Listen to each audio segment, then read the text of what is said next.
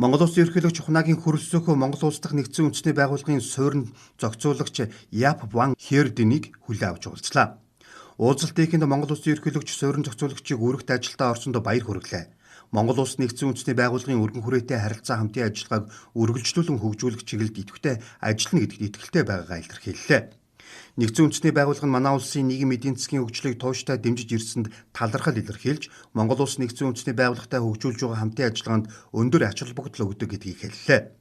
Нэгдсэн үндэсний байгууллагын суурин зохицуулагч Ван Херден Монгол Улс үзэсгэлэнт байгальтай баялаг түүхтэй амар амгалан даян дэлхийд инхийг сахиулах хүйсийн дэгш байдлыг хангах чиглэлд манлайлал үзүүлэн ажиллаж байгаа улс улсыг тэмдэглэж, нэгдсэн үндэсний байгууллагын суурин зохицуулагчийн хувьар томилогдсон ажиллахад хамгийн таатай орнуудын нэг хэмээн онцоллоо.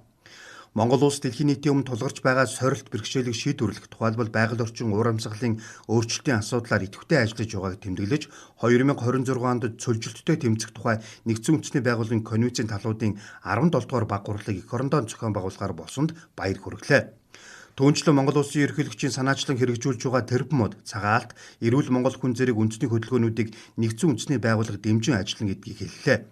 Уулзалтын үеэр Монгол Улсын доктортой хөгжлийн урт болон дунд хугацааны бодлого зорилтыг нэгдсэн үндэсний байгууллагын доктортой хөгжлийн зорилготой уялдуулан эрчимжүүлэх боломжуудын талаар ярилцаж, бүхий л түвшинд идэвхтэй хамтран ажиллахаар ярилцлаа.